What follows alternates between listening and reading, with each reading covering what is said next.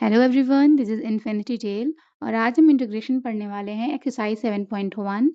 Differentiation और integration में हम जानते हैं कि डिफरेंशिएशन और इंटीग्रेशन एक दूसरे के जस्ट अपोजिट होते हैं। हम जानते हैं कि x की पावर n का अगर हम x के रिस्पेक्ट में डिफरेंशिएशन करें, अवकलन करें, तो क्या होता है, इसकी एक पावर कम हो जाती है और एक पावर आगे आ जाती है। ये होता है। जबकि इंटीग्रेशन में, क्योंकि इसका अपोजिट होता है, तो इंटीग्रेशन में जो है, यहाँ पर हमारा जो फॉर्मूला होता है x की पावर n के फॉर्म का, x की पावर n+1 अपॉन n+1।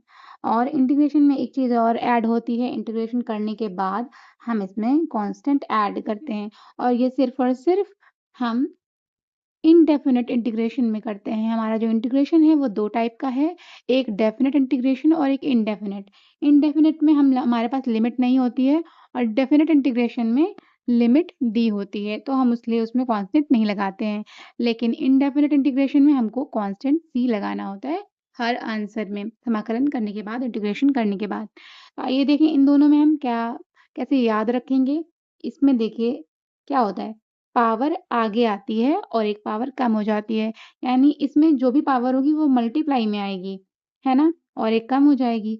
पर इंटीग्रेशन करेंगे हम, जब समाकलन करेंगे, तो जो भी पावर होगी उसमें एक पावर ऐड होगी, बढ़ जाएगी और वही जो बढ़ी हुई पावर है वो नीचे अपॉन में आ जाएगी। फॉर एग्जाम्पल, अगर हम x की पावर 3 का डिफरेंशिएशन कर रहे हैं, तो ये क्या होगा, पावर आगे आती है यानी 3 और एक पावर कम हो जाती है यानी एक्स स्क्वायर, यानी एक्स क्यूब का डिफरेंशिएशन 3x स्क्वायर होता है। लेकिन अगर हम एक्स क्यूब का इंटीग्रेशन करें एक्स के रिस्पेक्ट में, तब क्या होगा, क्या होता है इसमें, हमारी जो पावर है, जितनी भी पावर होती है उसकी एक पावर बढ़ जाती है, यानी एक्स की पावर 3+4 यानी 4, और जो बढ़ी है वही पावर अपॉन में, यानी एक्स की power 4 plus constant c. I think ये बहुत समझ में आ गया होगा, बहुत इजी है। ठीक है, इसी तरह ये तो एक फॉर्मूला मैंने आपको बताया है कि ये अपोजिट होता है, डिफरेंशिएशन और इंटीग्रेशन आपस में अपोजिट होते हैं। इसी तरह आप और फॉर्मूले देखते हैं कि जो है साइन एक्स